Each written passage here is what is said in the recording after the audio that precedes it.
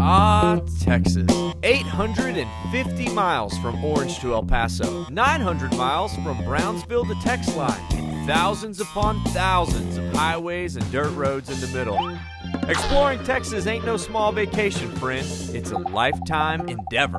But what if you don't have years, but just one single day? Well, that's where we come in. From the well-known landmarks to the completely obscure dives and hideaways, and all within a day's reach. So let's hit the road. I'm Chet Garner, and this is the Daytripper.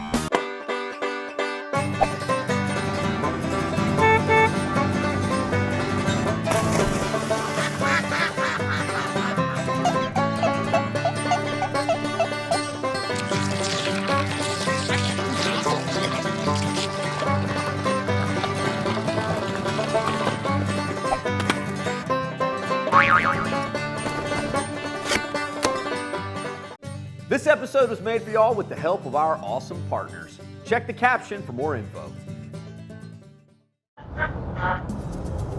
Can you hear that?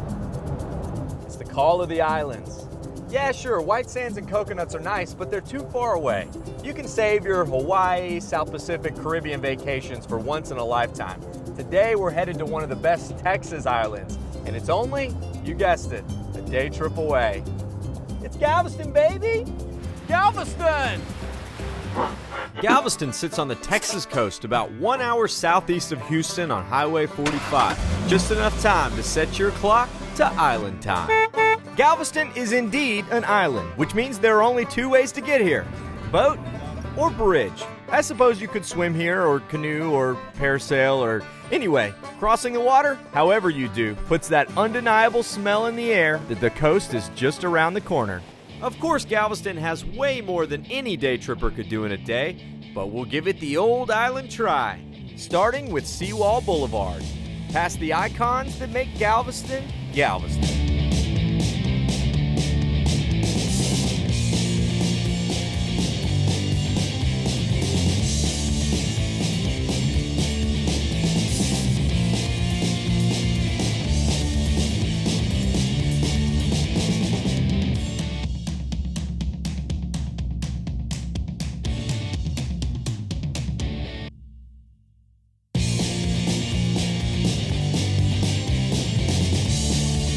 With the Texas sun shining, I can no longer resist the call of the Gulf, but my beach body might need a last-minute tune-up.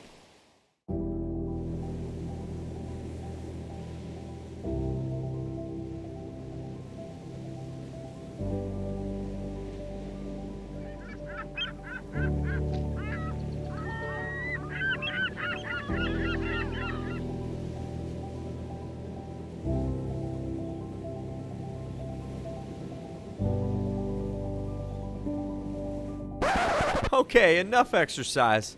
Let's just have some fun. Oh my gosh, that looks so good. I can't stand it.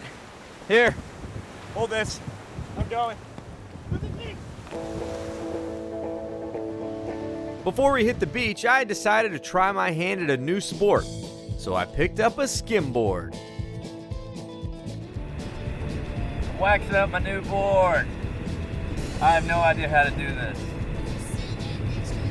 Look at that. Time to give it a shot. It all comes down to timing the waves.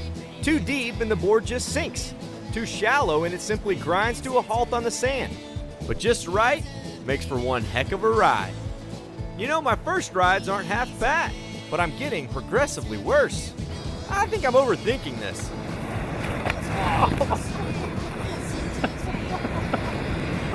Your board's going. I gotta go out on a good one. I'll take it. The Galveston Beach stretches for miles, from East Beach all the way to roughly Galveston Island State Park out west. The hardest part is simply picking the right place to get in, but after that, life becomes very easy. Galveston Beach! This is what it's all about, the Texas beach. I'm gonna go out to the third sandbar, the one that my parents told me never to swim past, because I can do whatever I want. The brown water, the sand, the sun, the seagulls, the salty air, the seaweed. You know, there's something romantic about being out here. Ah! I just love it. Incoming!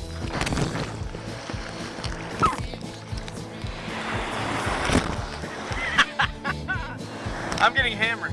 There's nothing quite like killing a few hours on the beach, building sand castles. Start with a good bit. That was terrible. Putting seaweed on your head, It's like Carrot Top. and just having a good time. You know, sometimes cruising the beach can be as fun as the beach itself, but all this salt water has left a taste in my mouth for seafood. And after a quick change of clothes, I know exactly where I'm headed. This is Shrimp and Stuff. It's a great place to get shrimp and, well, stuff. Sounds perfect. Shrimp and Stuff is definitely a local kind of joint, serving up the freshest that the Gulf has to offer for over 35 years. My grandparents took me here since I was a little kid, and been coming here for, well, forever. And it's just about as good a seafood as you get in Galveston. Pretty inexpensive and just pretty much a local spot. It's well known on the island, so a lot of people like to come down and have fried shrimp. You come here for seafood, and this is a great place to have it.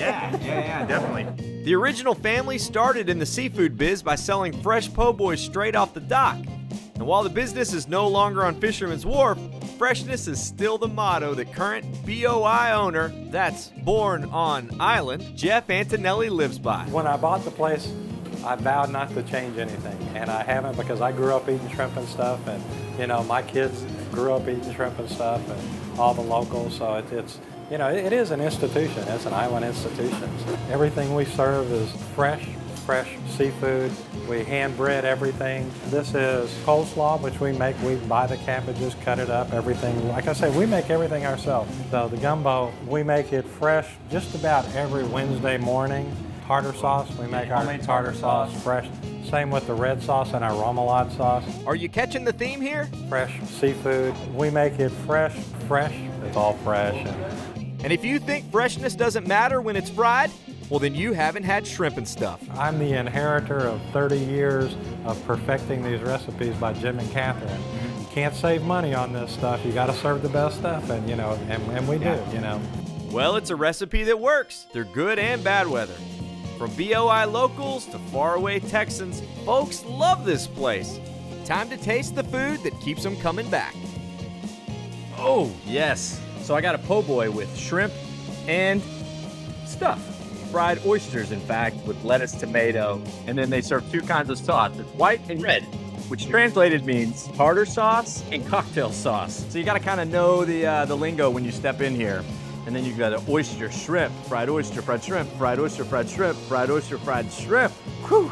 I don't think you could have crammed any more on this sandwich. And I'm about to cram it all in my mouth. Oh, look at these shrimp. This is the detail. A totally different batter goes on the oysters than goes on the fried shrimp. There's like 30 years of perfection in here. And of course, every po' boy worth its shrimp comes with friends. Hush, money. They wanted me to eat it. This may not just be the best place to get a po' boy on the island. This may be the best place to get a po' boy in Texas. This one is delicious. I got some work to do here. So we'll catch up with you all on the other side of this po' boy. From the other side of this po' boy to the other side of the island. Now, when most folks think of Galveston's waterfront, it's always the beach. However, there's more than one side to every island, and I'm headed to take a peek at Galveston's backside on the Galveston Harbor Tour. Like most backsides, Galveston's bayside isn't the most beautiful part of the island, but it's where all the business happens. Shipping, cruises, fishing, and lots of other industrial activity that keeps Galveston moving. But despite the constant motion, the bay is still a vibrant ecosystem for wildlife. Today, brown pelicans are everywhere, performing their aerobatic assaults on the fish below.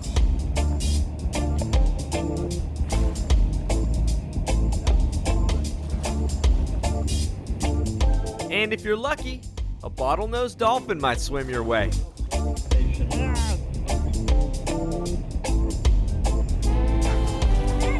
But besides wildlife and industry, the bay is full of stories. Stories about times of war, stories about sunken ships, like this one made out of concrete. Yeah, believe it or not, concrete ships do float. Not this one, obviously. Lots of stories, most of which I had the pleasure of hearing from the much cooler and much beardier Sailor Chet. Seriously, his name is Chet. I've found my new hero. Want to hear a scary story? Legend has it that an old sea captain lived on the bay and refused to move to make way for developments. He sternly held out until he died. Well, his land was eventually sold, but he never left. The medical school built a concrete building on his old land, and whose face should appear on the side but the captain himself. They've tried to sandblast it off twice, and it always reappears on a new panel. So they've made the choice to just leave it alone. Probably a wise decision.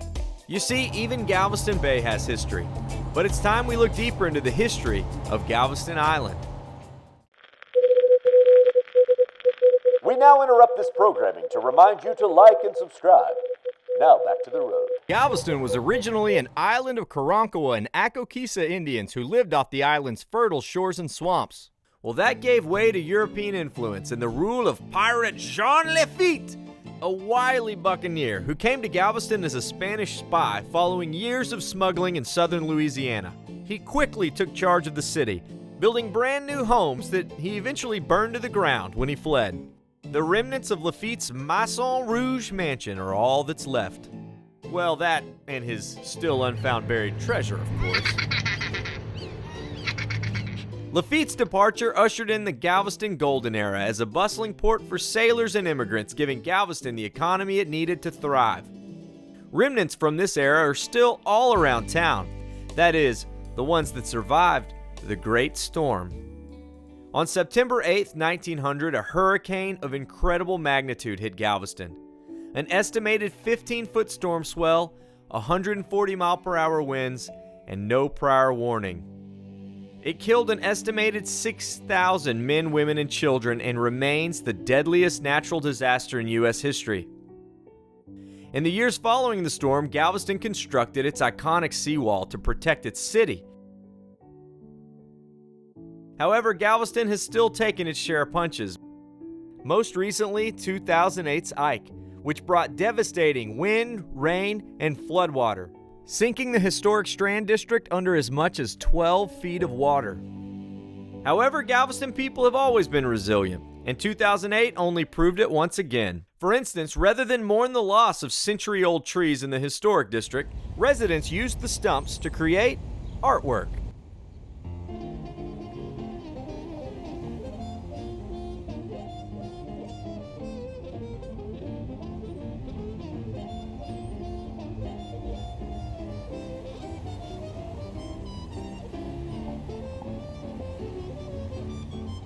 Wooden sculptures that are both incredible and inspiring. But despite being hit with numerous hurricanes, some things in Galveston are immovable, such as the historic Strand District, which has bounced back like a champ. Still as vibrant as ever. It's like they didn't miss a beat. Of course, there's shopping. Not bad. Maybe I could rock that. Yeah? No? Too small? Yeah, my head's big. And let's not forget dining, entertainment, and just good old-fashioned time wasting. So what do you surf? I mean, you like to eat seafood? Salmon, I bet. Yeah. Does that look good?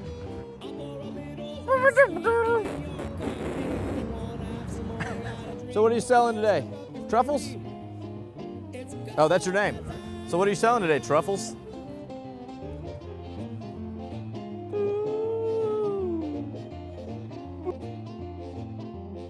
Lucky for me, we don't have time to wait around and watch Kelly beat me at chess. Gotta keep moving. To another icon in town standing solid as a rock for over 100 years, the beautiful Bishop's Palace. I met up with Dwayne Jones of the Galveston Historical Foundation for a tour. Welcome to Bishop's Palace. Glad to have you. Yeah, I'm glad to be here. This is magnificent. It's a beautiful place. Built in 1888 to 1892, the Bishop's Palace. It's our best property in town. I mean, just standing at the bottom of this, it looks like a castle. It is a castle. That was the inspiration for Nicholas Clayton, who designed it for Walter and Josephine Gresham. You got it right. Let's go inside. Colonel Gresham was an attorney and a railroad man who found success in Galveston, and for his home, he spared no expense. When Clayton designed it, he said, I want to create this dramatic entry. When you look at this, you're looking 42 feet up to the top of the dome here. But then you have this great sort of room stretching out to the Gulf. So if you turn your back and you look this way, you'll be seeing the Gulf of Mexico, and you're raised up very high so you can get a natural flow of breezes that come off the Gulf. And this is the Star of Texas right there. Mr. Gresham served in the state legislature. He was the state senator. Oh, that's good to know. So this, while it looks European, it still has sort of Texas roots and was built for a Texan. And Absolutely. He was very proud of the fact that he was a Texan. I like that. I'm proud of that too. So. Yeah, I think Mr. Gresham and I would have gotten along just fine. Maybe he would have even invited me to a dinner party. They put their orchestra in here, and they had this as a dance floor and opened up the room. The Greshams owned it until the 1920s when they sold it to the Catholic Church, who used it to house the bishop, hence Bishop's Palace. When you get up the stairs and you get this open space right here, I really do think you're seeing one of the really grand spaces of Texas. You look at it, it's rich. Look at the detail and the stenciling and the wood and all this kind of comes together just to make an extraordinary place. I would have to agree. The detail found in every nook and cranny is baffling. Some are in unexpected places. If you open it up, it's like this, but if you fold it up, it closes back into the wall and you would never know it was there. The epitome of custom blinds. And some are downright haunting. But as for being haunted, Dwayne says no. Sorry, ghost strippers. But ghosts are about the only thing this century-old palace lacks. Dwayne is taking us on a special top-to-bottom tour, which shows visitors even more of the detailed extravagance of Bishop's Palace. I think when Mr. and Mrs. Gresham were working with Clayton on this, they just said, you know what, do the best you can do and we'll just work with you to pay for it, and they did. They just never stopped with the details. This has the top-of-the-line materials, top-of-the-line wood, top-of-the-line sand, so the best workmen and craftsmen you could find at the time. And Galveston was thriving in the late 19th century, so everything was here that could be made, make this place really extraordinary. And while Bishop's has weathered multiple storms, time alone has taken its toll. I highly recommend a tour in helping the effort to preserve not just a house, but history. And if you're on a history kick, don't miss the chance to step aboard the tall ship Alyssa. Alyssa was built in 1877 in Aberdeen, Scotland. She traded all over the world for the first 90 or so years of her life. We, Galveston Historical Foundation, found her tied up next to a scrapyard in Piraeus, Greece, bought her, brought her back to Galveston, restored her back to her original condition. We still sail her today. Wow. It was a job immaculately done, restoring Alyssa to her glory days as a merchant ship. A time when she carried anything and everything from port to port across the globe, including a trip or two to Galveston. So this is not a pirate ship? Correct, yes. Alyssa was always a merchant ship. Late in her career, she did do some smuggling in the Mediterranean, but no, she wasn't a pirate ship. Just a little smuggling. Yeah, like all good sailors, Alyssa has lived a full and seasoned life at sea, and now has a permanent home here in Galveston for visitors to enjoy and to get a glimpse into the era of sailing ships and life at sea. The captain quarters aren't so bad. The crew quarters, on the other hand, pretty tight lodging. As the afternoon sun shines, you might be tempted to head back to the beach, and I wouldn't blame you. Although some of you might be looking for something a little different. Something like Moody Gardens, a non-profit science, education, and just plain fun center that also comes with its own white sand beach. There's easily enough here to fill an entire day trip, but we'll hit the high points.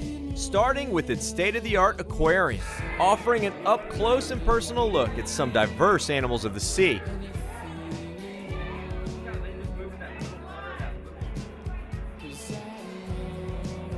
Including this terrifying-looking one, a sand tiger shark.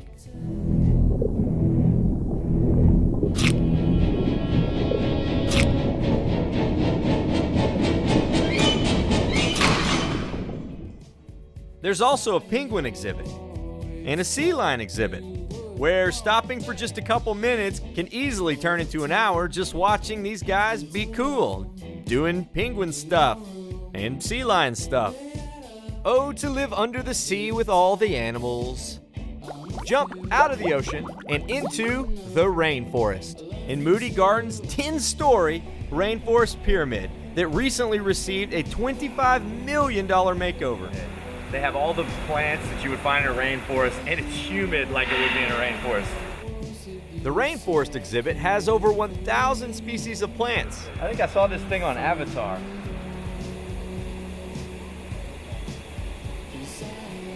And other animals, some of which are roaming freely,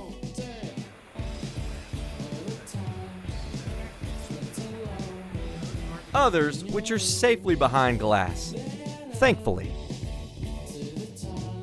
Moody Gardens also has gardens, of course, an IMAX theater, and a resort for extended day trips. Oh, but by and by, the sweet smell of the Gulf waters calls me back home, and I've got just the place in mind to knock out both the beach and dinner. Benno's Cajun Seafood, also known as Benno's on the Beach. For close to 30 years, Benno's has served up its deliciously fresh seafood, mixed with all the great Cajun classics, jambalaya, etouffee, gumbo, and for something a little different, when in season, locally caught stone crab claws. This is the way to have seafood. I can feel the salty air, I can see the waves, I can actually hear them. This stuff was caught right out there, and now it's in front of me. So what I've got here is stone crabs, just the claws, a cup of gumbo, and when I saw these things, I had to try them. These are soft shell crabs. That's the whole shell. That's the whole thing right there. And then the only way to get into these crabs is to have the hammer of Thor. They gave me this mallet, and I just gotta smash into them. That's the only way I can get my dinner. Yeah, hey, that's a pretty good smash. Oh, well, I mean, just look though. Full of succulent crab meat. You gotta get dirty eating this stuff. It's the only place I know of where you don't have to get all gussied up to smash your dinner with a hammer. You can keep your lump crab meat. God, look how flaky. It's just falling apart. Dude, can you imagine getting caught in that thing? You would have lost a finger. Okay, so here it goes. The soft shell crabs.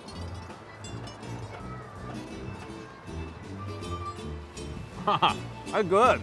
The shell kind of tastes like sausage casing or something like that. Like you can tell it's there, but it doesn't mess with the meat. Oh, wow. All right, I'm gonna try the fried one now.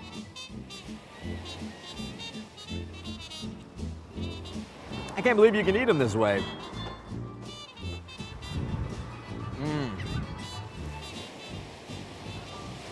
This is the good life.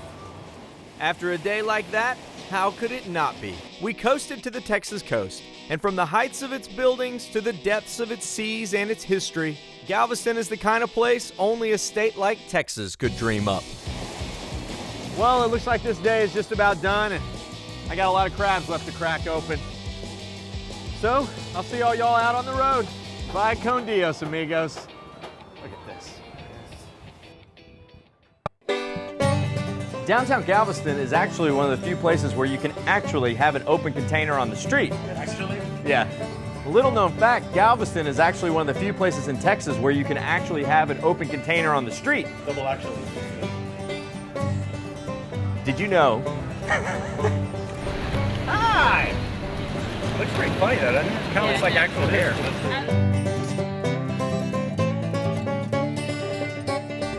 I want one of those boats, man. Look how fast that's going. It must be a magic boat. Sorry, coming through. Coming through.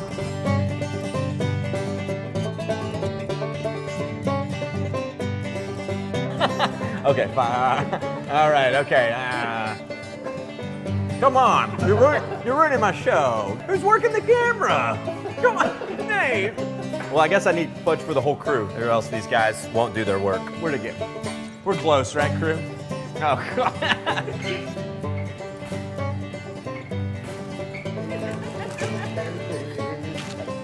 I bought it. I don't know where it went. Give me that fudge. This is the Great Galveston Seawall. I'm Chet Garner, and I'm ready to eat some crabs.